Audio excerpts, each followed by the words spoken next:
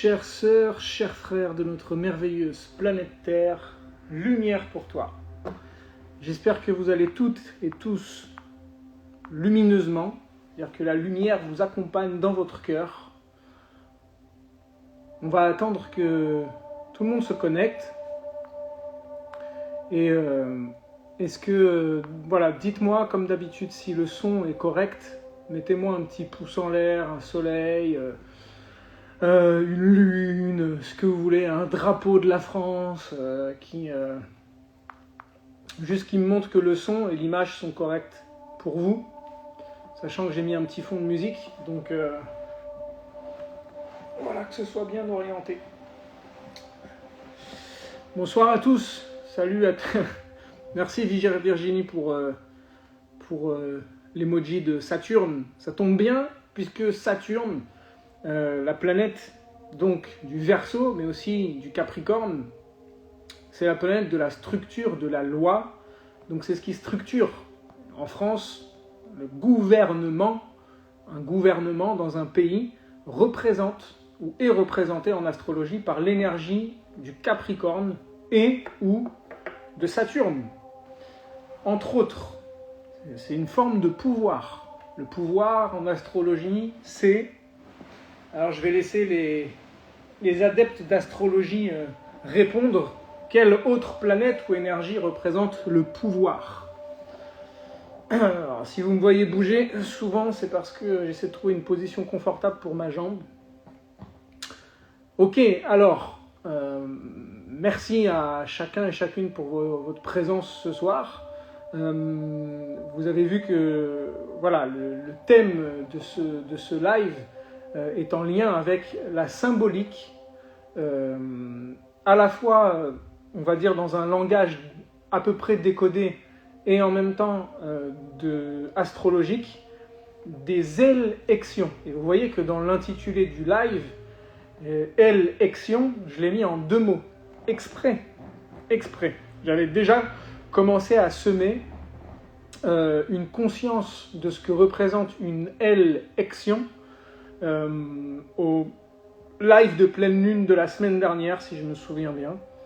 Donc on va rentrer dans le vif du sujet maintenant, mais je vais quand même faire une introduction. Alors pour répondre à la question que je viens de poser, quelle autre planète ou énergie peut être en lien avec le pouvoir ? Alors oui, on peut avoir Jupiter, mais c'est le lion, le roi de la jungle, et donc le soleil, son régent, son dirigeant, son maître, son président.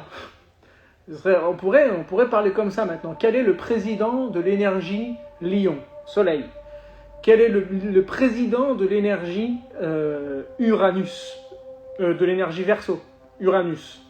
D'ailleurs, vous allez voir qu'on va rentrer dans l'étymologie de beaucoup de choses. Donc, ce soir, si ce que vous êtes venu chercher dans ce live, c'est une orientation politique, un débat politique, de ma part que je vous dise ce que je pense par rapport à quel courant choisir ou pas, c'est pas ici que ça va se passer. C'est pas du tout l'axe de travail que je veux donner et proposer. En tout cas, ce que je tiens vraiment à proposer, c'est un axe, comme toujours, de conscience. La seule chose qui m'intéresse ce soir, c'est de décortiquer selon plusieurs points de vue et angles de vue et d'amener, si possible, un enrichissement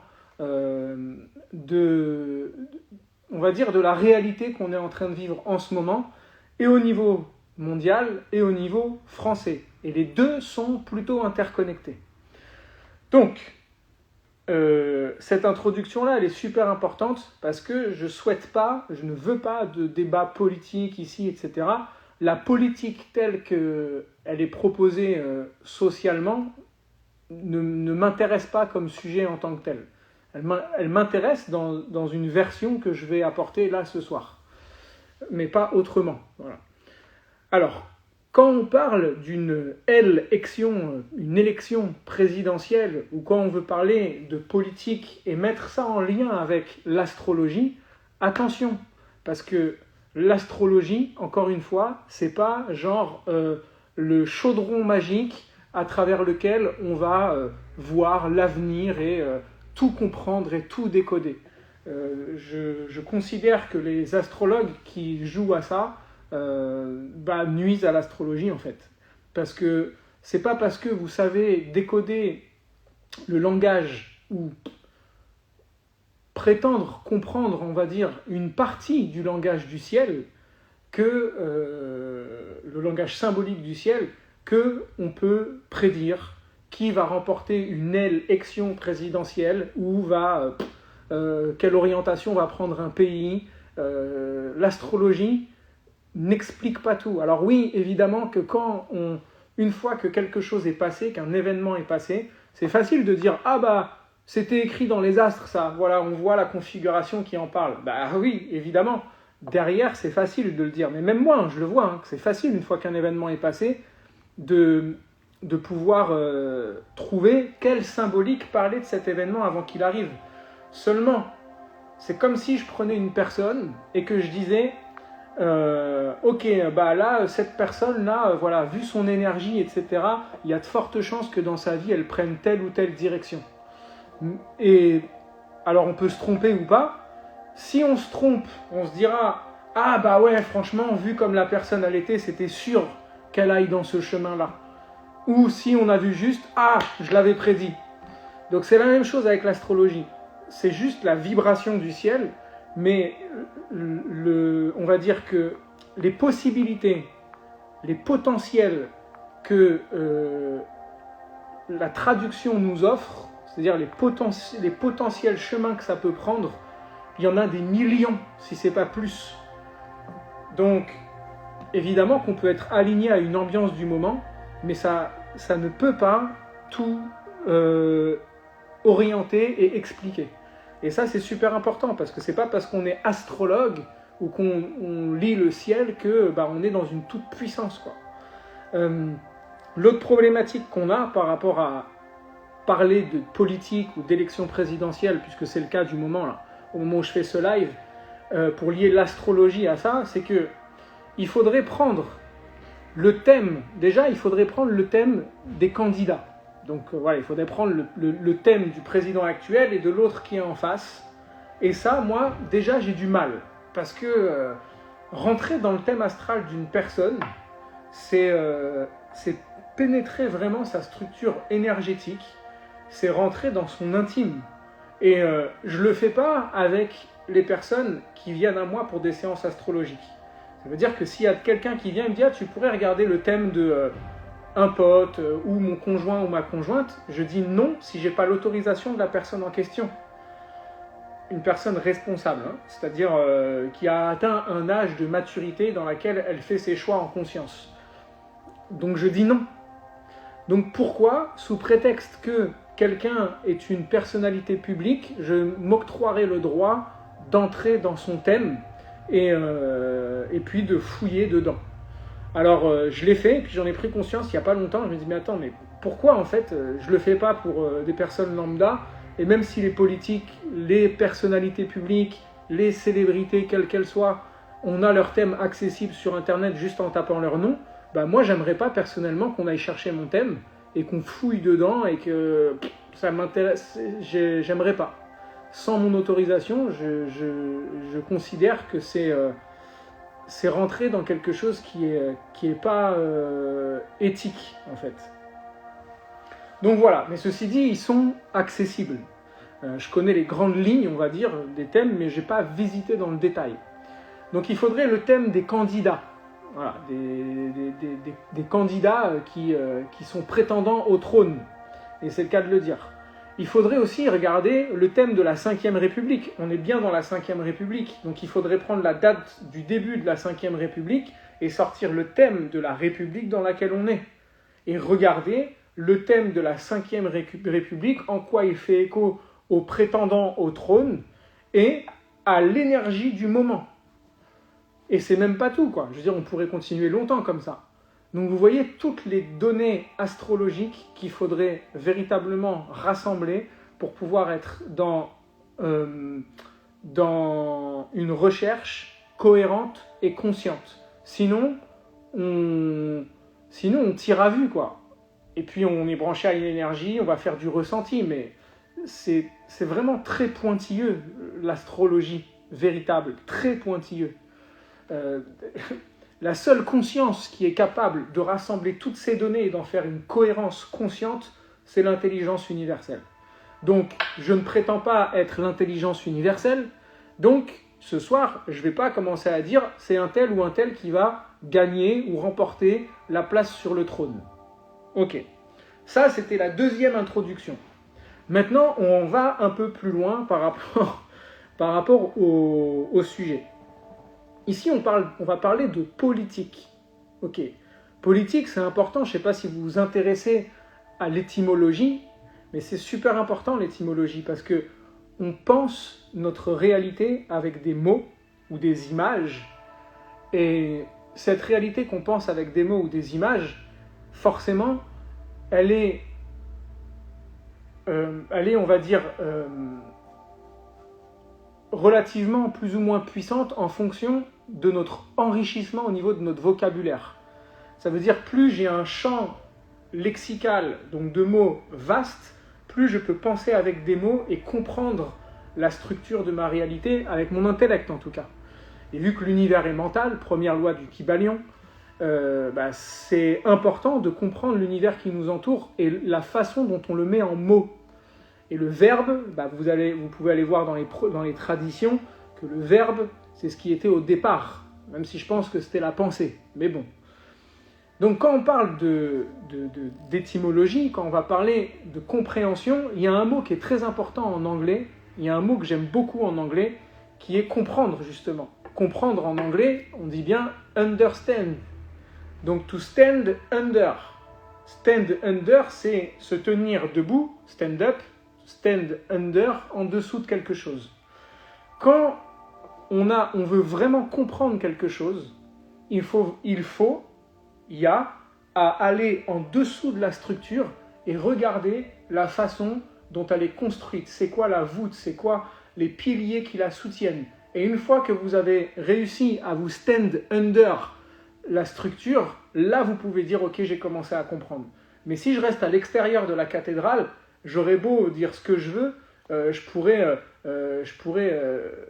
raconter toutes les théories que je veux sur la construction de cette cathédrale, tant que je ne suis pas en dessous de la structure en train de l'observer, je ne peux pas dire que je l'ai comprise. Donc, à partir de ce moment-là, tant que moi, je ne suis pas sous la structure véritable qui soutient ce qu'on appelle le gouvernement, tant que je ne l'ai pas pénétré et que je n'ai pas regardé en dessous, je vais juste lancer des théories par rapport à ça. Donc tout ce qui va parler de théorie du complot, de machin, le monde c'est comme ça, les politiques ils sont ceci, ils sont cela, je ne suis pas understand. Donc je vais pas lancer des théories là-dessus. Donc ça c'est une première chose. Donc pour comprendre quelque chose, stand under, understand. Ensuite, quand on parle de politique c'est tout ce qui est relatif aux affaires de la cité. Ok, police, Héliopolis, tout ce qui était en police, c'est la cité ou l'État. Mais c'est, on va dire, la vie dans la cité. Donc la politique, c'est tout ce qui va parler de comment on s'occupe des affaires de la cité. Mais de quelle cité on parle ? C'est quoi la cité aujourd'hui ? Est-ce que c'est un gouvernement mondial ? Est-ce que c'est l'Europe ? Est-ce que c'est la France ? Est-ce que c'est notre localité ? C'est quoi en fait la cité ? Et pour moi, la politique la plus importante à laquelle je veux m'engager tous les jours, à chaque instant de ma vie, alors je ne dis pas que j'y arrive parce que ça demande un effort de conscience permanent, c'est celui de m'occuper de ma politique, des affaires de ma cité intérieure. Alors dans certaines traditions, on a, vous avez certainement entendu parler de la cité sacrée Shambhala, ou plein d'autres noms qu'on peut trouver sur des cités légendaires, etc. Pour moi, cette Shambhala, la cité céleste, la Jérusalem céleste, la nouvelle Jérusalem, etc., tout ça, c'est la véritable cité qu'on a à l'intérieur de nous.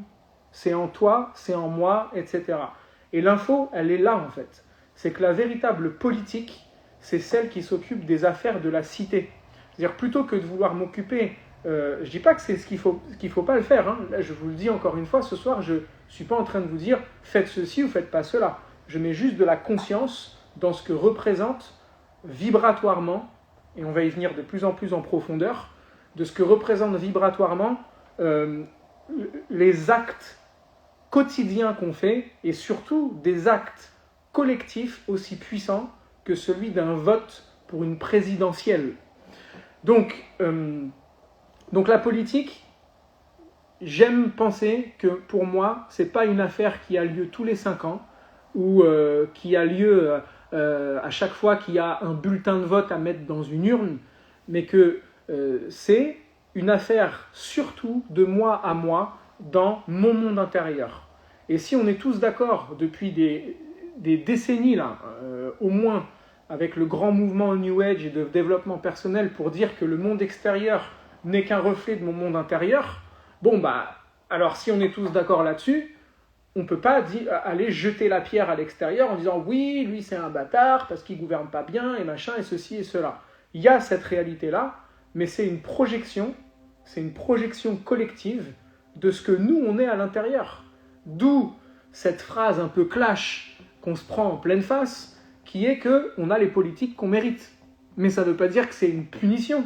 Ça veut juste dire que la structure gouvernementale ou la structure de pouvoir qui est à notre disposition aussi n'est que le reflet de notre état de conscience actuel. Donc, et d'où la question, si vraiment on était une espèce évoluée, si vraiment on était une espèce consciente, la seule chose qui nous importerait, c'est de mettre des sages au pouvoir, des personnes qui ont une conscience élevée et dont l'objectif ne serait pas de faire du profit économique ou du développement économique ou du développement du pouvoir d'achat, mais plutôt du développement de la conscience humaine. Ça serait des personnes qui auraient justement une conscience suffisamment élevée pour véritablement éduquer, non pas conditionner, mais éduquer la population, éduquer la grande communauté du vivant, de façon à parler non pas d'un État mondial, mais parler d'une fraternité, d'une sororité universelle. On en est loin pour l'instant. Alors, je fais une petite parenthèse astrologique. Il faut savoir qu'en astrologie, il y a ce qu'on appelle le soleil noir. Donc le soleil noir, on va dire que c'est l'évolution de la conscience humaine. Le soleil noir en astrologie représente l'humanité. Alors, il se déplace tellement lentement que dans les thèmes astrologiques ou dans les logiciels, il n'est même pas mis automatiquement, parce que c'est un point que je crois que si je me souviens bien, il traverse un signe en 5 siècles, au moins. En ce moment, le soleil noir, alors je ne me souviens plus à combien de degrés il est à peine à la moitié, je crois, il est dans le signe du cancer. Ce qui veut dire que notre humanité, énergie cancer, elle est en gestation.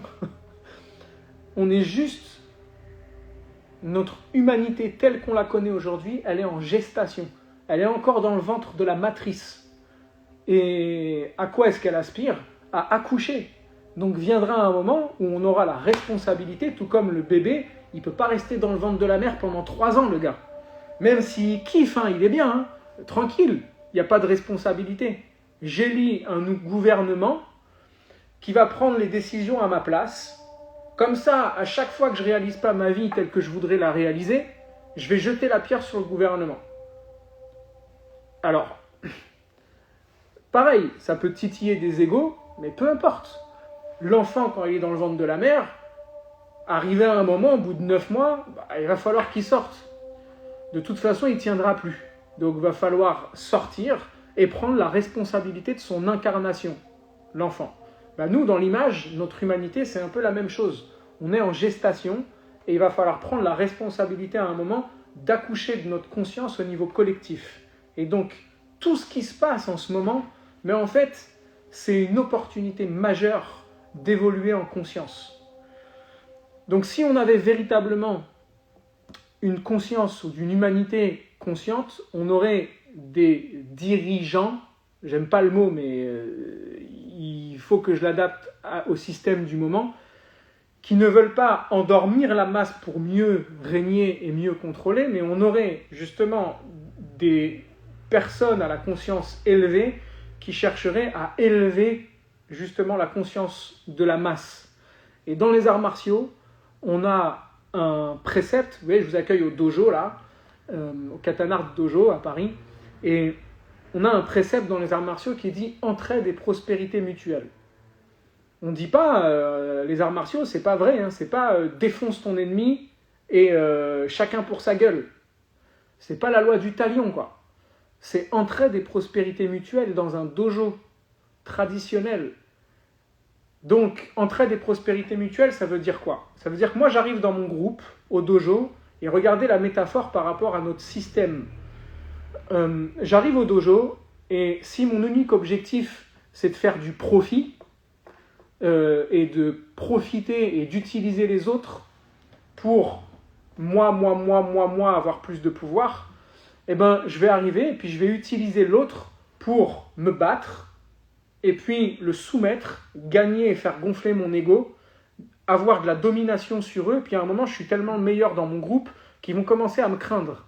Et moi, je veux surtout pas qu'il y ait un meilleur que moi qui arrive, donc à chaque fois qu'il y a un nouveau qui arrive, je vais essayer de le casser ou de le faire fuir.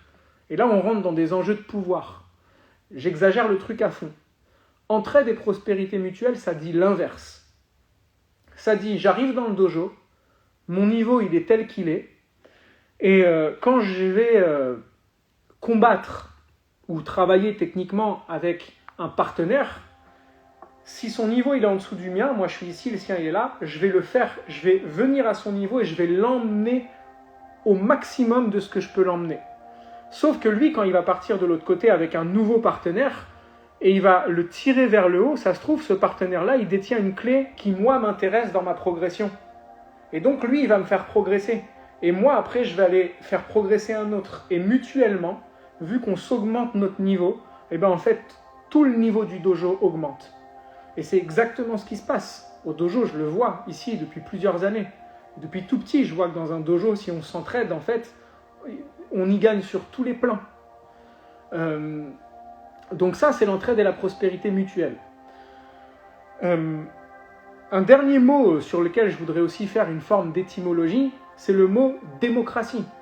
Alors la démocratie, oui, on entend souvent, c'est le pouvoir au peuple, donc on vit en démocratie. Mais c'est faux. Si on était dans une véritable démocratie, on n'aurait pas à choisir des maîtres pour gouverner. Là, on nous demande de choisir notre maître, celui qui va nous diriger. Mais c'est pas ça une démocratie. Démocratie, ça veut dire pouvoir au peuple.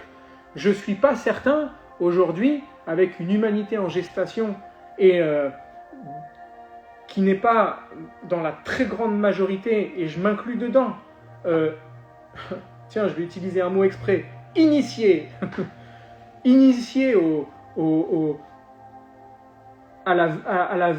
véritables enjeux de la vie, de ce que c'est que d'être humain, etc. J'aurais pas envie que le pouvoir soit au peuple. J'ai pas envie. Si le pouvoir était véritablement au peuple, il n'y a qu'à juste observer à quel point on est dans nos mémoires de survie, d'instincts bestiaux et agressifs, et à la moindre action ou réaction, bah, ce serait l'anarchie dehors, quoi. Donc tant qu'on n'est pas dans une humanité évoluée et consciente qui épouse les lois universelles, bah, je ne serais pas pour avoir du pouvoir au peuple, non. Donc là, ce qu'on appelle une démocratie, c'est pas forcément la véritable démocratie, c'est pas ça une démocratie. Mais c'est toujours mieux que certains autres systèmes, évidemment. Mais le débat pourrait être long, c'est pour ça que je ne veux pas rentrer dans le débat. Avant que je passe à la suite, je m'arrête là pour voir si vous avez des questions ou s'il y a un partage, si quelqu'un a envie de faire un partage et de nous enrichir de sa réflexion.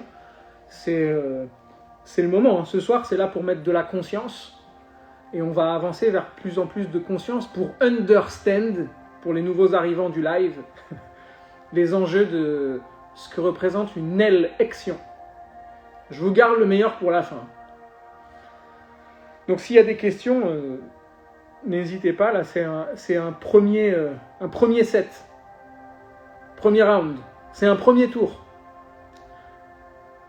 Alors j'ai appris hier par un élève de 10 ans, parce que ici même les élèves sont mes enseignants, c'est donnant-donnant. Hier je disais, qui est le premier, qui est le second, alors qui est le troisième? Et là il me dit non, s'il y a un second, il n'y a pas de troisième. Je fais comment ça, s'il y a un second, il n'y a pas de troisième? Il me dit, c'est soit il y a un premier, un deuxième, un troisième, mais s'il y a un premier et un second, le mot second implique que c'est le dernier. Donc si je suis le second de ma famille, ça veut dire que derrière, il n'y a pas de troisième. Ça veut dire que je suis le dernier, je suis le second. S'il y en avait un troisième, je dis que je suis le deuxième. Donc c'est intéressant, la façon dont on utilise les mots. Et moi, hier, je n'avais pas conscience de ça. Combien de temps la gestation en cancer? On a une estimation. Alors, selon l'ingénierie astrologique, Linda, non, je déconne, je sais pas. Il faudrait que je regarde où est le soleil noir, je crois qu'il est à 15 degrés, il resterait 250 ans avant l'accouchement. Ah ouais, commence à prendre la place dans le ventre, là. Ok, pas de questions. Les mystères d'Ina, c'était vraiment très clair. Ok, cool. Donc, on enchaîne. Je vous rappelle que quand il y a une élection, on va voter. Voter, l'étymologie, elle est en lien avec le vœu, donc avec la volonté. Qu'est-ce que je veux? Mais est-ce que la plupart des humains sachent vraiment ce qu'ils veulent? Déjà, dans notre vie, c'est-à-dire que le bulletin de vote, donc le vote, représente une volonté, donc une énergie orientée. À partir du moment où j'ai une volonté, j'ai orienté mon énergie. Quelqu'un qui n'a pas de volonté, c'est quelqu'un soit qui est éparpillé dans tous les sens, soit qui n'arrive pas à se lever et à mettre en marche sa machine, donc son énergie et sa vibration. À partir du moment où j'ai une volonté activée, tout mon être, mes pensées, mes paroles, mes actes vont prendre une orientation énergétique, une orientation vibratoire qui va donner une direction à mes actions. Et donc quelqu'un qui est dans la volonté, en général, c'est quelqu'un qui est dans l'action. Donc quelqu'un qui veut voter, déjà, il doit avoir la volonté de se lever pour aller aux urnes. Je fais exprès d'utiliser tous ces mots. Vous allez voir que je vous prépare le terrain. Là. Donc, un vote dépend de la volonté. Mais cette volonté, elle est animée par quoi? Mais elle est animée par la conscience de ce que je veux. Si mon niveau de conscience, c'est juste de payer mes factures et de manger, ma volonté va être juste. Alors là, dans le système qu'on a en question, va être juste de voter pour quelqu'un qui va aller dans le sens de ma volonté. Si ma volonté, c'est de partir en guerre contre des ennemis que j'ai décidé que c'était mes ennemis parce qu'ils ne pensent pas comme moi et qui représentent un danger pour ma structure, je vais voter, c'est-à-dire je vais mettre ma volonté entre les mains de celui qui, potentiellement, allait accomplir ma volonté. Donc voilà, un vote, il est en lien avec la volonté. Donc qu'est-ce que je veux véritablement? Pour ça, il faudrait aussi déjà se demander, mais attends, ma volonté, elle est en lien avec un programme. Donc on voit que quand on a à voter pour un prétendant au trône, on va visiter son programme. Et dans un programme présidentiel, on a des sujets qui touchent à l'économie, au pouvoir d'achat, à l'écologie, à la sécurité et la défense, à la santé, à l'éducation, à la collectivité. Mais nulle part, dans aucun programme, je vois de la conscience spirituelle. Je vois aucune notion d'élever la conscience. Alors il y a des programmes, on pourra rentrer dans le débat. Ah oui, là, dans celui-là, il y a plus de conscience pour la vie, pour l'écologie, etc. Oui, ok. Mais la conscience humaine, d'éveiller en nous des questions qui vont animer une volonté d'évoluer justement. D'où je viens? Qui je suis? Et où est-ce que je vais? Rien que ces trois questions-là. D'où je viens, qui je suis, où est-ce que je vais? C'est des questions existentielles qui animent l'humanité depuis des millénaires. Et donc, il est où le programme qui vient nous faire évoluer en conscience sur notre véritable héritage en tant qu'humanité, notre véritable pouvoir dans l'instant présent, et vers quoi est-ce qu'on veut aller en tant que grande fraternité, sororité du vivant. Encore une fois, on en est loin de tout ça. Et donc, les questions à se poser, c'est qui profite de ça? À qui profite? À qui est-ce que ça profite? Qu'on ne se pose pas des questions qui nous développent une volonté d'évolution ou une volonté évolutive. Et encore une fois, je fais exprès de poser cette question. Le sujet majeur de ce live maintenant, c'est que il va falloir se familiariser avec la notion d'égrégore. Donc un égrégore, qu'est-ce que c'est? Très certainement que beaucoup d'entre vous ont entendu parler de ce concept d'égrégore, qui est bien plus proche de nous que ce qu'on pourrait le penser. Ce n'est pas un concept de mystico-pété et j'en passe. C'est une réalité vibratoire et physique. Un égrégore, je vais le définir d'une façon la plus simplifiée possible. Quand tu penses quelque chose, ta pensée, elle existe quelque part. Tu peux la voir, tu peux la sentir, elle existe sur un autre plan. C'est pour ça qu'on dit que les pensées sont des choses. Elles existent vraiment, elles existent sur un autre plan qui n'est pas celui de la matière. Encore heureux, si dès que je pensais, ça se manifestait dans la matière, pareil, on n'est pas assez évolué pour ça. Je pense qu'il y a des formes de vie dans le multivers, je fais exprès d'utiliser ce mot aussi, qui en sont à ce stade d'évolution-là, de penser et de manifester la pensée dans la matière instantanément. Heureusement qu'on n'en est pas là. Donc,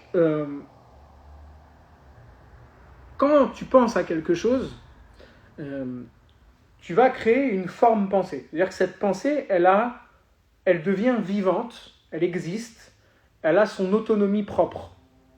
Et plus tu vas la nourrir, plus tu vas repenser à ta pensée, et plus tu vas la nourrir de quelle façon? Avec ton émotion. Oh, je veux ça. Je veux ça. Voilà, je veux aller voir... je veux Johnny au Stade de France. Je ne sais pas pourquoi c'est ça qui me vient, surtout que c'est plus possible, parce que le Stade de France... non, parce que Johnny n'est plus là. En tout cas, physiquement. Mais...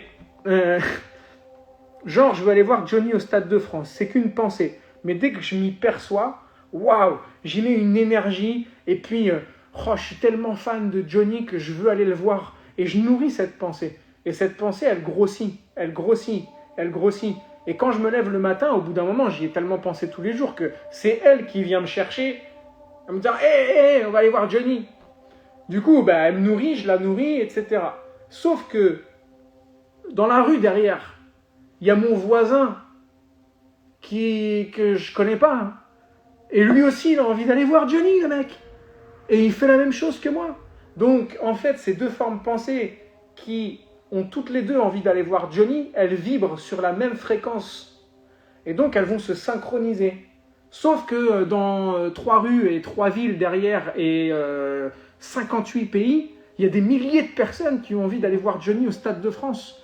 Et donc, toutes ces formes pensées-là, elles s'agglutinent et puis ça crée une sorte de grand nuage vibratoire ultra puissant parce qu'il a été nourri par des volontés individuelles qui sont devenues une grande masse de volontés collectives. Et bien ça, ce nuage-là, c'est ce qu'on appelle un égrégore. Ok, j'espère que je suis assez clair dans ma façon de le synthétiser, parce que parfois c'est pas facile. Il m'a fallu longtemps pour me le faire comprendre à moi-même, le truc, quoi. Donc ça, c'est un égrégore. Quand, dans une élection présidentielle, on a un grand rituel de masse qui a été mis en œuvre, qui est celui d'aller déposer un bulletin dans une urne pour y déposer notre volonté, on est branché à des égrégores, et donc à plusieurs égrégores, qui est déjà telle partie, et telle partie, et telle partie, et telle partie, droite, gauche, centre, vert, bleu, rouge, noir, voilà, tous qui racontent leurs choses et leurs programmes. Toutes les personnes qui sont pour ce parti-là sont branchées sur cet égrégore. Toutes ces personnes qui sont branchées sur ça sont branchées sur cet égrégore. Et puis ils se nourrissent de ça, mutuellement.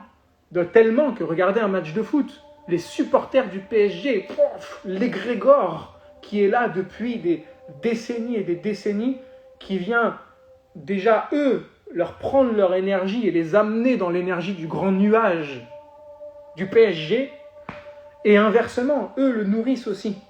Ben là, c'est la même chose. Il y a l'égrégore des pro-Macron, il y a l'égrégore des pro-Le Pen, il y a l'égrégore des pro-Mélenchon, et chacun a son égrégore.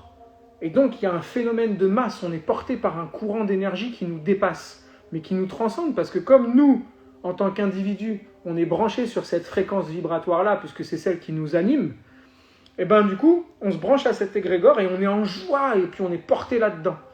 Alors quand un chef d'État ou un... Il n'y a qu'à regarder dans le passé, certains dictateurs ou chefs d'État, peu importe, quand ils font un discours, tu as l'impression qu'ils deviennent hystéros, les gars, quoi. Et ils sont portés par une énergie qui c'est même plus eux, quoi. Mais c'est un égrégore. Il y a l'égrégore qui pompe l'énergie, et puis l'autre, il est branché à ça, et puis, alors sur le moment, c'est jouissif, mais derrière, c'est plus la même chanson, hein. Parce que derrière, on est soit vidé de son énergie, soit on s'est fait pomper un truc, quoi. Donc non seulement il y a cet égrégore-là, mais en plus, il y a un grand égrégore, qui est celui de la grande élection, le pouvoir global, qui est derrière, et à laquelle tout le monde se branche. Alors quand on a une élection présidentielle, on a plusieurs partis. Alors, à ce que je sache, quand vous mangez un gâteau, allez, disons, on va faire plein d'heureux, surtout nos chocos au chocolat. Quand vous mangez un gâteau au chocolat et que vous le coupez en plusieurs parties pour le distribuer, on est d'accord que tout le monde va avoir un morceau. Alors là, on est tous d'accord pour parler d'une élection, une élection présidentielle dans laquelle il y a plusieurs partis. Par contre, on oublie qu'à la base, il y a un tout. S'il y a des partis, c'est qu'il y a un tout. C'est quoi le tout des partis aujourd'hui ? On sait au moins c'est quoi le tout ? Donc ça aussi, ça prête à réflexion. Quel est le tout des multi-partis qu'on nous propose ? C'est quoi le tout ? Est-ce que en fait, c'est pas qu'on recherche tous et toutes la même chose, qui est de la conscience, de l'amour, du partage, de la sécurité, de pouvoir en fait vivre tel qu'un humain y aspire, c'est-à-dire heureux et libre. Heureux et libre, dedans on peut ranger tout le reste. À quoi bon avoir du pouvoir d'achat si je ne me réalise pas dans ma vie, si je ne suis pas libre ? À quoi bon me demander de trier mes déchets et faire de l'écologie si dans ma vie, si je n'aime pas la vie, si je n'aime pas ma vie et que donc en l'occurrence je n'aime pas la vie, pourquoi j'aurais envie de trier mes déchets, de respecter la planète, etc. C'est dans l'autre sens qu'il faut le prendre. C'est contribuer à faire évoluer la conscience de façon à ce que chaque être humain devienne une perle de vie pour le monde et qu'il kiffe tellement sa vie que putain, il dit mais c'est trop bien d'être sur Terre. Moi j'ai envie de prendre soin des autres parce que c'est trop le kiff les autres. J'ai envie de prendre soin de la Terre parce que c'est une putain de planète de ouf. Elle est magnifique dans sa diversité. J'ai envie de prendre soin des animaux parce que comment ils sont trop beaux, quoi. J'ai envie de prendre soin des minéraux parce que putain, franchement, les pierres, elles m'enseignent plein de trucs. Et puis de chanter et puis de me mettre des plumes sur la tête et tourner autour du feu, quoi. Ça, c'est du programme présidentiel, les gars. Je déconne, hein. Je déconne. Enfin, à moitié, mais je déconne quand même. Donc, je suis parti trop loin, là. Je me suis fait pécho par un égrégore, je crois. Donc voilà, je parlais des partis et du tout. Donc s'il y a des partis, c'est qu'il y a un tout. Et ce tout, il est important à prendre en considération. Parce que du coup, si on pense qu'on est divisé en plusieurs partis politiques, on oublie qu'en fait, on forme le même tout. Donc ça, c'est quelque chose d'important. Donc quand on va voter et qu'on met notre volonté dans une urne, vous pouvez regarder, étymologiquement parlant, pour understand l'urne, une urne, c'est un vase avec lequel on va puiser de l'eau à la base. C'est vraiment un vase qui sert à puiser de l'eau, une urne. ou qui va contenir de l'eau ou un liquide, dans la symbolique astrologique ou hermétique, l'eau représente systématiquement les émotions, la sensibilité. Et les émotions, c'est quoi d'autre sinon de l'énergie? Donc une urne dans laquelle vous mettez votre volonté, donc votre vote, même le mot urne, hermétiquement, il est surpuissant. Urne, un U, à la base, le U et le V, c'était la même lettre. Regardez dans l'alphabet, enfin, mince, en latin, souvent le U, c'est un V. Hein. Donc le V, le symbole du V, représente un calice, une coupe. C'est ce qui reçoit un liquide, le Saint Graal. Une urne, sa première lettre, c'est un U, c'est un réceptacle. La lettre R, hermétiquement, c'est la lettre de l'énergie. Donc une urne, c'est un réceptacle à énergie. Ok.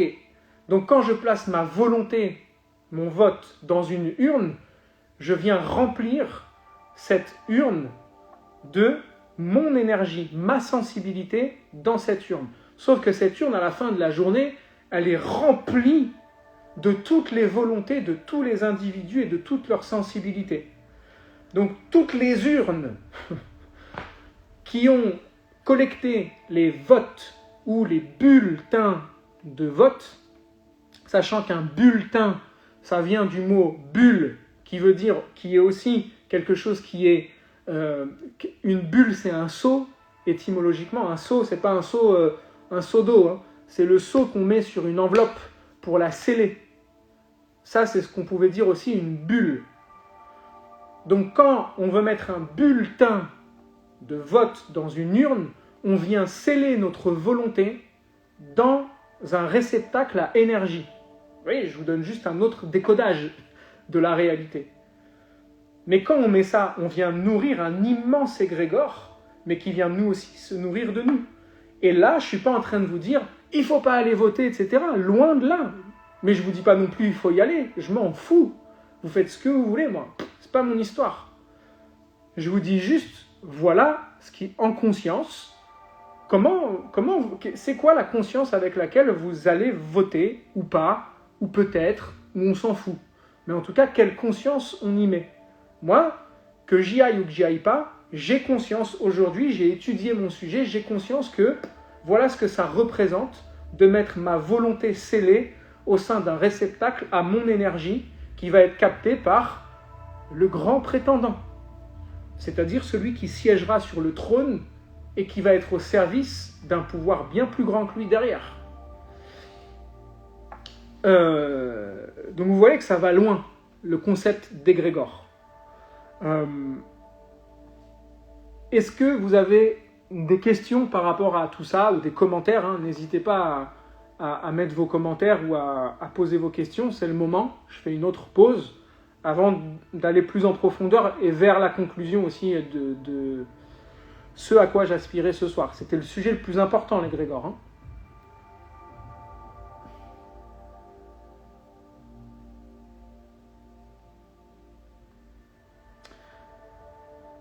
Alors, tout ce que tu as expliqué, j'ai pas envie d'y aller car ça correspond pas à toutes mes analyses, c'est des candidats. Alors, il y a des commentaires que merci pour vos partages, hein, mais il y a des commentaires que je citerai pas à haute voix parce que comme il va y avoir un replay, y compris que ça va être mis sur YouTube, etc., je veux vraiment pas qu'il y ait une quelconque influence dans un sens ou dans l'autre. Moi, j'amène juste humblement, là où j'en suis, plus de conscience sur le sujet. Mais non, vous en faites ce que vous voulez, quoi. Moi, je vous dis pas c'est bien, c'est mal ou quoi, rien. Je vous dis juste voilà en conscience ce que ça représente pour moi. Mais c'est pas un unique angle de vue. Hein. Moi, je l'understand parce que je suis comme ça. Mais quelqu'un qui se met comme ça, il va peut-être l'understander autrement. Donc, comment on peut understander différemment les uns les autres je ne sais guère. Je ne sais guère. Il y a quand même d'autres sujets hein, que je veux tchatcher là. Donc, j'attends juste de voir s'il y a d'autres questions.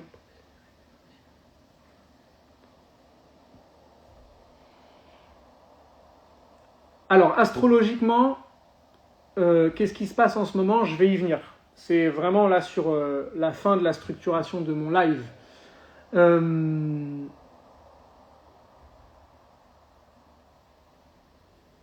Alors, un égrégore, c'est pas forcément quelque chose de péjoratif. Hein. On peut très bien utiliser un égrégore pour quelque chose de positif. Ça veut dire que ce même égrégore-là, moi, je vais me nourrir d'un moment d'élection pour justement élire un président majeur. Et d'ailleurs, merci pour cette question, parce que du coup, on va arriver sur l'understand du mot président. Alors, le mot président, c'est précédéré. Précédéré, ça veut dire être assis devant. Être assis devant, ça veut dire que c'est quelqu'un qui pose ses fesses sur un trône et qui est assis devant le peuple ou devant le royaume. C'est ça, quelqu'un qui est précédéré. Il est assis devant quelque chose. Alors, qui est-ce qui préside en toi? C'est cool de dire c'est actuellement Emmanuel Macron le précédéré, le président de la France. C'est un tel ou un autre tel ou une autre telle le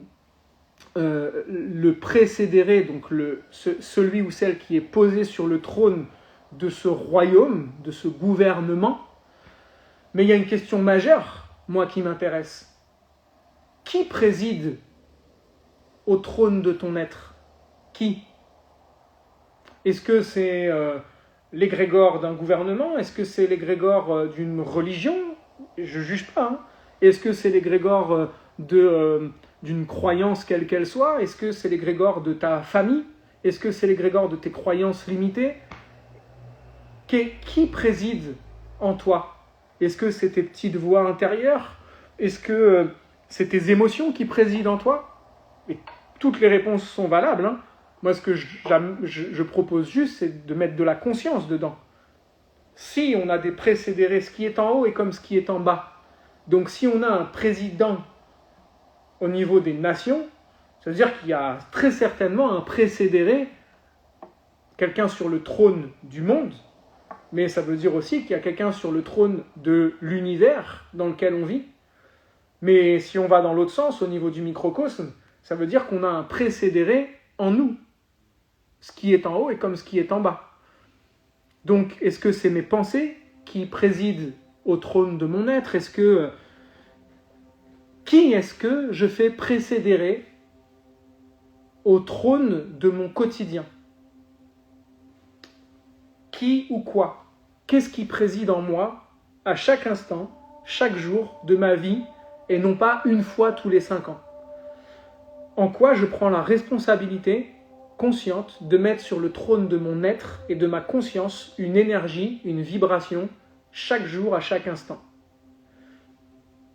Donc vous voyez, là aussi, on a une prise de conscience très forte. Et tant que notre trône intérieur sera inoccupé, on voudra mettre en place quelqu'un sur le trône extérieur de notre vie pour lui demander de faire le job à notre place. Et c'est la même chose pour plein de choses. Hein. Si ce que je fais présider au trône de ma vie, c'est un pouvoir extérieur, la problématique, c'est quand on commence à mettre du pouvoir à l'extérieur. Et moi, je suis à ça chaque jour, je suis sur le fil à vraiment rester en conscience de ne pas remettre le pouvoir de ma vie entre la main des astres ou de mon thème astral. Et ça, c'est le piège en astrologie, puisqu'il y en a plein là qui sont intéressés par l'astrologie. À partir du moment où je pense que ce qui préside à ma vie, ce sont les astres et mon thème astral, etc., je suis tombé dans le piège. C'est exactement la même chose que n'importe quel autre sujet où j'attends qu'un président, quelqu'un qui préside à ma vie, fasse le job pour moi, ou que je le subisse. Donc non, je fais présider ma conscience et mon héritage de co-créateur au trône de mon être pour justement pouvoir me dire, ok, tout le contexte qu'il y a à l'extérieur de moi, quel qu'il soit, quelles que soient les expériences que je vis, je choisis le plus possible à chaque instant de faire présider au trône de mon être la joie, la conscience, l'opportunité d'évolution et de responsabilité qui me mène à ma liberté. Et l'un ne va pas sans l'autre. Alors, il y a Emma qui dit, ce qui est intéressant, c'est que le verbe présidere veut dire aussi protéger. En latin, c'est le deuxième sens. Génial. C'est pareil, on pourrait partir loin dans l'understandisation du mot président. Protéger. Donc quelqu'un qui préside, quelqu'un qui a un véritable pouvoir, c'est quelqu'un qui est censé protéger. Protéger quoi en fait? Protéger les personnes qu'il gouverne, protéger son propre ego, ou protéger son portefeuille, ou protéger les intérêts d'autres lobbies. On ne sait pas. Qu'est-ce qui protège en fait? Là aussi on pourrait aller loin. Donc là on a cette symbolique-là. Ensuite, il y avait aussi le sujet de l'Élysée, dont je voulais vous parler. Alors je vais vous donner une symbolique aussi. Vous savez que les architectures des villes ne sont jamais faites au hasard. Je vous laisse étudier le sujet, ça pourrait faire le sujet d'un live pendant des heures, ce sujet-là. Donc que les grandes villes du monde ne sont pas construites au niveau de leur architecture et de leur, je ne sais plus comment on appelle ça, quadrillage des rues, tout ça, c'est pas fait par hasard. Si vous allez à Paris, vous allez pas très loin là, d'ici, je suis à 10 minutes là, de la place de l'Étoile. Qu'est-ce qu'on trouve à la place de l'Étoile? Sur la place de l'Étoile, vous avez l'Arc de Triomphe. Un arc de triomphe, triomphe c'est le soleil, ça tombe bien, un arc de triomphe c'est une porte qui accueille le soleil chaque matin. Et quand vous êtes au sommet de l'Arc de Triomphe, pourquoi elle s'appelle la place de l'Étoile? Parce qu'il y a une étoile au centre qui fait le tour de l'Arc de Triomphe. Sous l'Arc de Triomphe, vous pouvez regarder les vidéos, les photos sur Internet, vous mettez Arc de Triomphe vue du ciel, vous allez voir que sous l'arc, il y a un cercle avec une croix. Le cercle avec une croix représente le soleil. Et autour, on a une étoile à 12 branches qui représentent les 12 signes du zodiaque. L'avenue principale, la plus grosse de toutes, représente la Milky Way. Non pas la barre chocolatée, mais la Voie lactée. Et cette avenue-là s'appelle l'avenue des Champs-Élysées. Et si vous suivez, donc derrière vous avez l'Arche de la Défense, dans le même axe, vous avez Arche de la Défense, vous avancez tout droit l'Arc de Triomphe, vous avancez tout droit, vous avez l'obélisque, place de la Concorde. L'obélisque, qui je vous rappelle, n'est autre que le phallus, c'est-à-dire le sexe, d'Osiris, qui a été placé là par hasard, vous croyez? Je ne vais pas vous faire un dessin, le sexe d'Osiris sur la Milky Way. Ok. Et vous allez en face et vous avez la pyramide du Louvre. Donc, pyramide du Louvre, obélisque, arc de triomphe, arche de la défense. Donc, il y a les symboles solaires qui mènent jusqu'à l'explosion au niveau de l'obélisque, si je peux me permettre. À la pyramide du Louvre, une pyramide ne représente rien d'autre que le delta grec, qui est la force divine, Dieu. Donc vous voyez que ces symboliques-là, elles sont très fortes. Et cette grande avenue, et toute cette ligne droite, elle passe sur ce qu'on appelle le Grand Méridien de Paris. Regardez sur Internet, le Grand Méridien qui traverse la France, et vous allez vous amuser à voir tous les sites et cathédrales qui ont été construits le long de ce méridien. Et comme par hasard, je l'ai fait, j'étais passionné par ça, je l'ai fait à vélo, entre l'Arche de la Défense et l'Arc de Triomphe, dans cet axe-là, qui est le méridien principal en France, comme par hasard, il y a l'hôtel Le Méridien qui s'appelle là, qui est placé là. Donc ça montre bien que, à un certain niveau social, on est au courant de ce genre de choses-là, et on va utiliser les forces vibratoires qui nous entourent pour créer, co-créer ou autre. Donc cette grande avenue qu'on a là, les Champs-Élysées, le président va prendre son trône sur ou à l'Élysée. L'Élysée, qui viendrait du mot Enelution, qui veut dire frapper par la foudre. Donc c'est celui qui peut frapper par la foudre. C'est Zeus, donc Jupiter. Et alors on va le donner dans le mille. Comment se fait appeler Macron depuis 5 ans? Allez chercher dans les magazines. Comment il s'appelle ou comment il se fait appeler? Alors il se trouve, ça c'est une des peu de choses que je sais de son thème, qu'il est ascendant Sagittaire, si je me souviens bien, ou Sagittaire. Donc la planète directrice du Sagittaire, c'est Jupiter. Donc vous voyez, tout ça, ça se rejoint. Ça veut bien dire qu'à un certain niveau, ils sont au courant de tout ça. Ils savent très bien de quoi ils parlent. On n'a pas attendu 2022 pour savoir que dans les hautes sphères sociales, ils ont tous des astrologues. Et franchement, j'en dirai pas plus par rapport à ça, parce que c'est loin d'être que ça, quoi. Donc, qu'est-ce que ça veut dire de diaboliser un outil comme l'astrologie, ou de l'interdire même carrément, parce que l'astrologie a été interdite.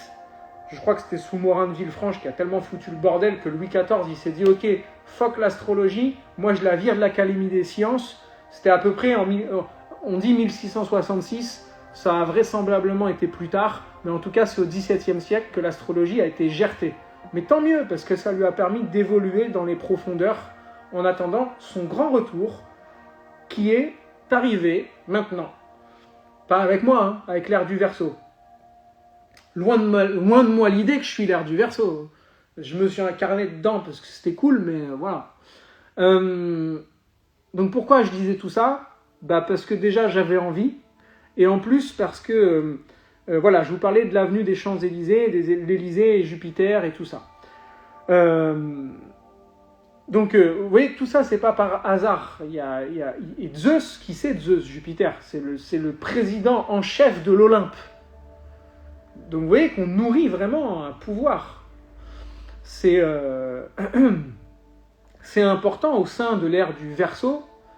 Le danger du Verseau, c'est l'uniformisation. Donc, il ne faut pas confondre l'unification, c'est-à-dire la fraternité et la sororité universelle, avec l'uniformité. Il y a une grande différence entre unification et uniformisation. Quand on cherche à unifier l'humanité, c'est magnifique. Quand vous voulez unifier le rouge, l'orange, le jaune, le vert, le bleu ciel, le bleu foncé et le violet, quand vous recherchez à l'unifier, vous avez un arc-en-ciel. En revanche, quand vous voulez uniformiser un arc-en-ciel, vous vous retrouvez qu'avec une seule couleur ou toutes les couleurs qui se volatilisent. Donc vous bousillez l'arc-en-ciel. Il a été uniformisé. Pourtant, il partait de la même chose. Donc l'ère du Verseau, c'est pas l'uniformisation, c'est l'unification. Ce qui est vraiment différent. L'unification à travers la diversité. Voilà pourquoi l'arc-en-ciel est vraiment, je trouve, un des symboles les plus représentatifs de l'ère du Verseau. Donc voilà. Avant de passer sur la finalité de ce live, on va dire du thème astrologique du moment, etc., je voudrais vraiment aussi parler du concept d'El-Ection dont j'ai parlé au dernier live de pleine lune, dans lequel je vous ai dit que le mot El, E-L, vient de l'hébreu, d'accord? Donc vous avez tous les archanges, enfin pas tous, mais en tout cas la plupart, Michael, Gabriel, Raphaël, et j'en passe, Uriel, etc., etc. Il y en a deux qui finissent pas en... Enfin, que deux, il doit y en avoir d'autres encore, mais en tout cas, il y en a deux qui finissent pas en L, mais qui finissent en On. Sandalphon, ou Métatron. On, ça veut dire frère. Il se trouve que Métatron et Sandalphon, c'était deux frères, sont deux frères. El, ça veut dire Dieu. Donc, à chaque fois que vous avez le mot El, il y a un lien avec Dieu, ou en arabe, Al, A-L.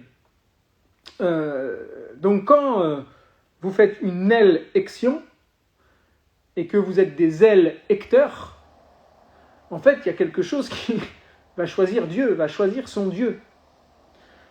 Et là aussi, on a un égrégore du coup, parce que les mots ne sont pas choisis par hasard. D'ailleurs, je vais même pousser la réflexion plus loin. Vous savez qu'à la base, le R et le L sont très proches, tellement que dans un français pas si éloigné que ça, les R étaient roulés. On disait, donc même un sexe d'homme en érection, c'était un sexe d'homme en érection, élection. Donc vous voyez que ça se rejoint. Donc quand on veut élire quelqu'un, c'est qu'on veut l'ériger, éliger. Ériger, éliger, c'est la même étymologie. Donc, quand on veut ériger quelque chose ou mettre quelque chose en érection, ça veut dire qu'on veut le dresser. Je ne vais pas vous faire de dessin. On veut le dresser au-dessus. Donc c'est de là d'où ça vient tout ça. Donc c'est ériger un pouvoir extérieur à soi, là où on devrait plutôt servir un grand principe universel qui est déjà érigé. Il n'est même pas érigé, il est omniprésent, omnipotent, c'est la conscience divine, la conscience universelle. Tant qu'on va avoir besoin d'ériger ou d'éliger un pouvoir extérieur, c'est qu'on ne fait pas présider un principe souverain responsable en nous. Ou alors il faut revoir les choses dans quelle façon on les place, quoi. Je m'arrêterai là par rapport à toute l'understandisation. Ceux qui arrivent et celles qui arrivent maintenant, vous verrez en replay pourquoi j'utilise ce mot. J'attends de voir si vous avez des questions par rapport à ce qui vient d'être dit. Avant de faire un bref point sur l'astro, parce que je vous renverrai au thème astral de la pleine lune qui vient de passer, puisqu'on est à peu près dans les mêmes énergies, même si je vous ai sorti le thème, on va dire, de dimanche 20h. Pas pour annoncer un résultat, m'intéresse pas, mais pour lire avec ma perception limitée et limitante du coup, parce que je ne peux pas être responsable de la façon dont vous allez le recevoir, les énergies du moment. Ophélie qui nous dit que c'est très clair pour elle.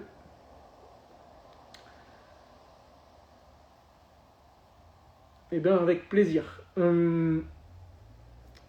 Donc, en attendant de voir s'il y a des questions, il faut quand même aussi vibratoirement prendre conscience que ces élections présidentielles, vous voyez, j'avais même pas fait attention à celui-là, présidentielles, ça veut dire qu'on fait présider un Dieu, elle, précéderait elle, c'est le Dieu qui préside, qui s'assoit sur le trône. Donc, mince, je voulais dire un truc, j'ai oublié. Oui, voilà, que ces élections se placent les deux tours, j'en prends conscience maintenant, les deux tours prennent en sandwich une pleine lune. La pleine lune Bélier-Balance qui est la pleine lune de l'énergie. Donc c'est pas par hasard si là aussi, pour nourrir un égrégore, il n'y a rien de mieux que de faire ça au moment de la pleine lune Balance-Bélier, quoi. Soleil en Balance et Soleil en Bélier et lune en Balance. Donc ça, c'était la petite parenthèse astro. Il y a Linda qui demande, alors comment se fait appeler Macron Jupiter? Et nota bene, cérémonie d'investiture prévue au pied de la tour Eiffel, une érection monumentale, ça c'est clair. Ça je savais pas, mais c'est clair. C'est qu'on va utiliser l'égrégore de la tour Eiffel. Mais évidemment, la tour Eiffel c'est quoi si c'est pas un obélisque des temps modernes? C'est juste un obélisque en métal, donc un sexe en érection qui domine sur le champ de Mars. Je ne vais pas vous faire un détail. Sur le champ de Mars, la planète de Mars, c'est quand même un phallus, quoi. À la limite, si c'était sur le champ de Vénus, je dirais pas. Mais là, c'est du patriarcat en puissance. Oh là là. Donc, pour ce moment d'élection, on a le Soleil qui est conjoint à Uranus. C'est un grand élan de liberté, Uranus. C'est aussi un grand mouvement de révolte, de rébellion. Mais c'est aussi un moment d'alternatif. C'est un moment de liberté. Ça veut dire que là, on a vraiment envie de liberté, quoi. C'est un moment phare par rapport à ça.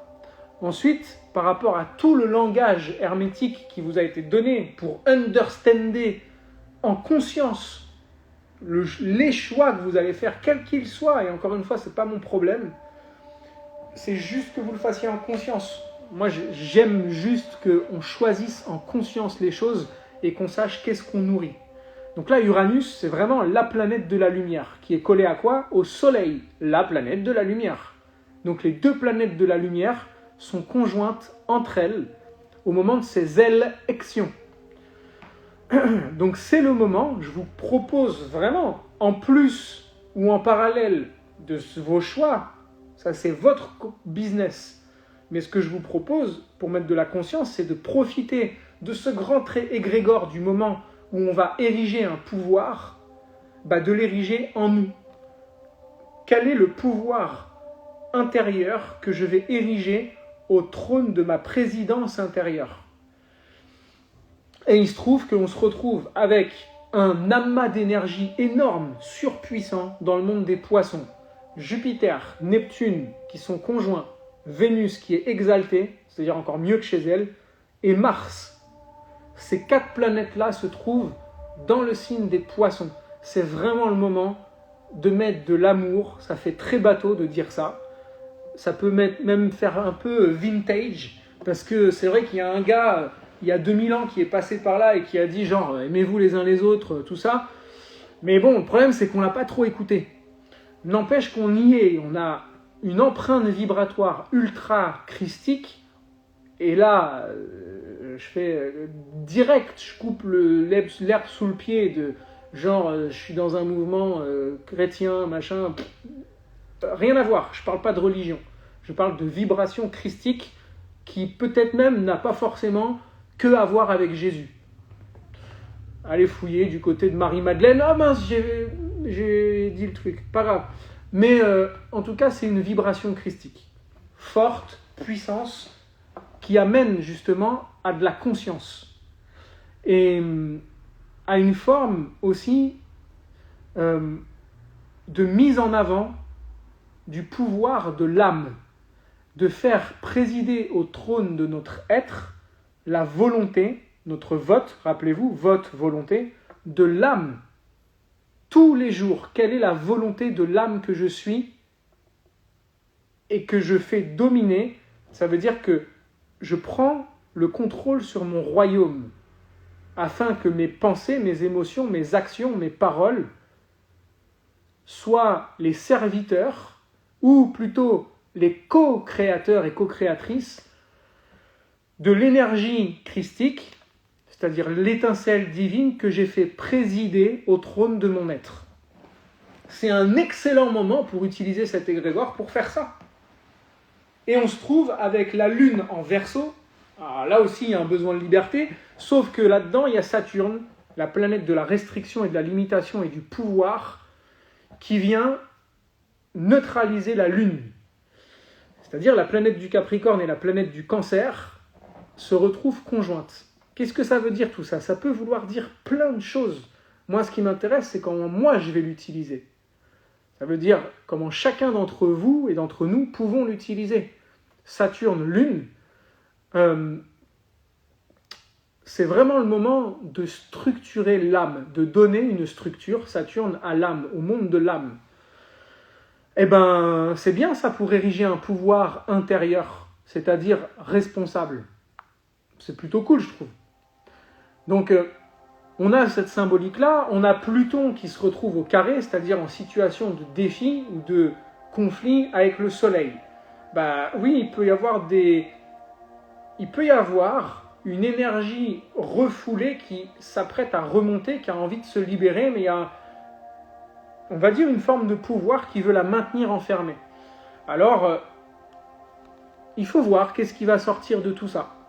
En tout cas, peu importe ce qui se passe à l'extérieur, moi ce qui m'intéresse, c'est de profiter de ces énergies du moment pour aller vraiment dans une conscience d'amour. Alors, et ce mot est vraiment important parce que, vous voyez, sous prétexte de laïcité, on ne va pas parler d'amour comme si l'amour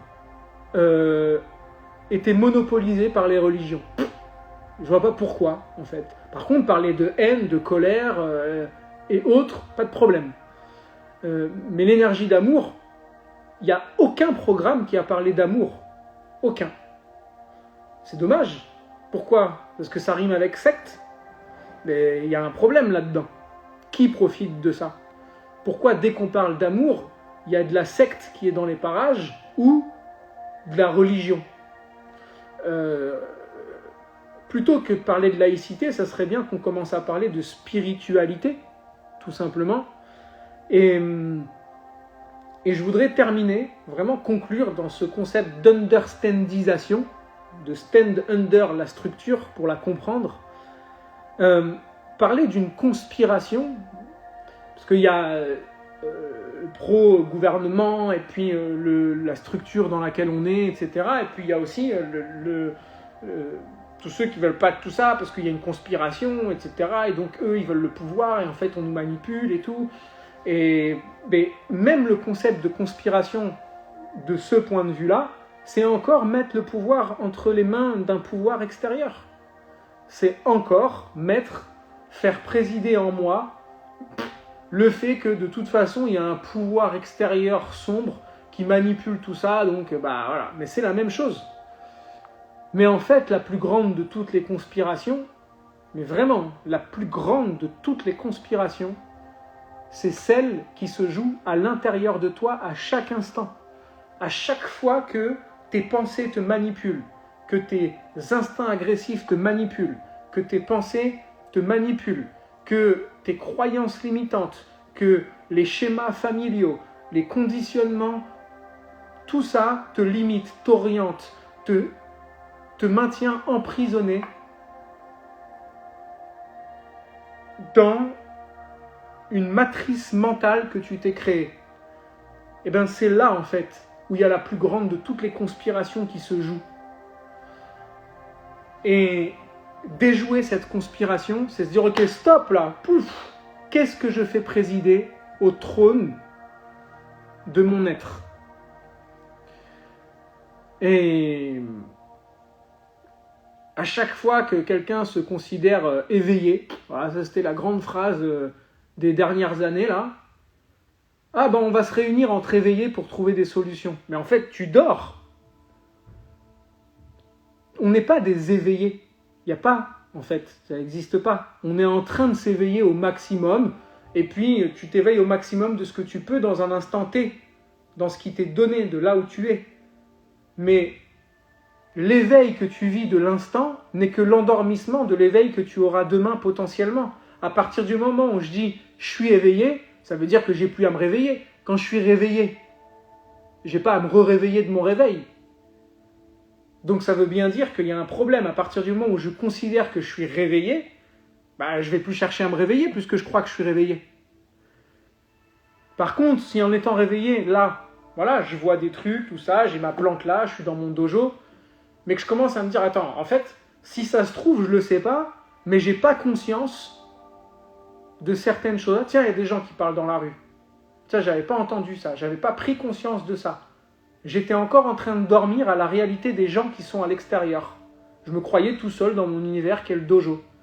Mais attends, mais en fait, ce que mes sens me montrent, ça se trouve, il y a plus que ça. Donc en fait, ça se trouve, je suis en train de dormir par rapport aux potentielles dimensions qui me sont accessibles en conscience.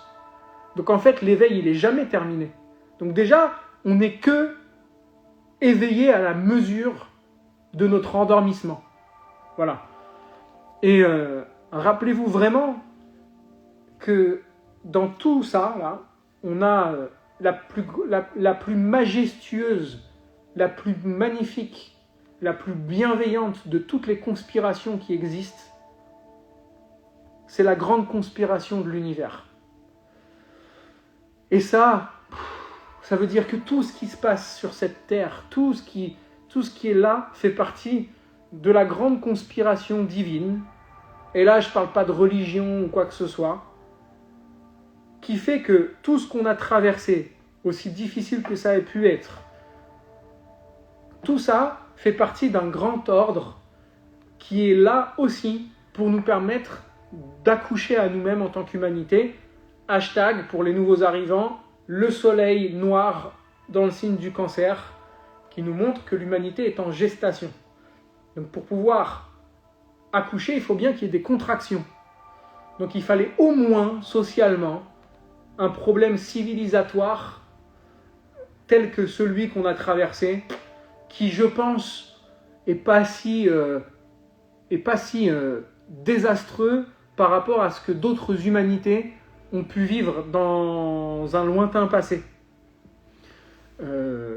Et ça, je laisserai ceux qui ont étudié l'histoire de l'humanité hors des bouquins de Fernand Nathan au collège comprendre ce qu'ils ont envie de comprendre. Et je dis pas la véritable histoire de l'humanité parce que je pense vraiment pas que quiconque la détienne, mais qu'on peut au moins être mis sur la piste ou sur les pistes potentielles.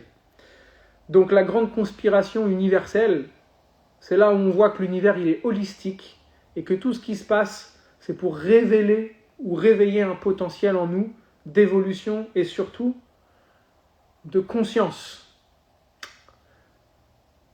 Voilà les amis, ça va être terminé là pour moi. Est-ce qu'il y a des questions ou des commentaires par rapport à ce live qui aura duré un petit bout de temps quand même là, 1h30 je crois. Donc j'attends de voir s'il y a des questions et puis ensuite je vous souhaiterai une bonne présidentielle au trône de votre être. Merci Ophélie.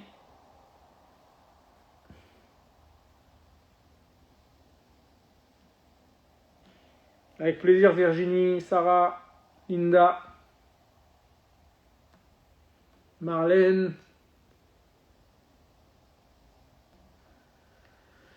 Avec plaisir Audrey. Bueno. Alors s'il n'y a pas de questions, on va s'arrêter là. Alors je vous demande une seule chose, c'est juste vous attendez 5 minutes de votre temps et là dans 5 minutes je vais reposter ça sur le... salut Clem, hello mon poteau.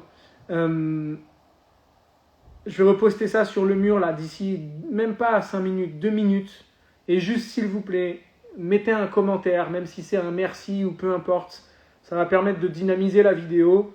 Et si vous considérez en tout cas qu'elle peut diffuser de la conscience, n'hésitez pas à participer en la repartageant en story par exemple. Et en me taguant dessus pour que je puisse moi aussi repartager. Et qu'on crée tous ensemble un égrégore tout autour de la Terre, en s'aimant les uns les autres pour des siècles et des siècles. Voilà. Bueno, je vous embrasse très fort. Et suivez le compte. Il y a beaucoup de choses qui vont se passer maintenant. Et surtout, quoi qu'il arrive, souviens-toi toujours, va vers toi et garde la lumière.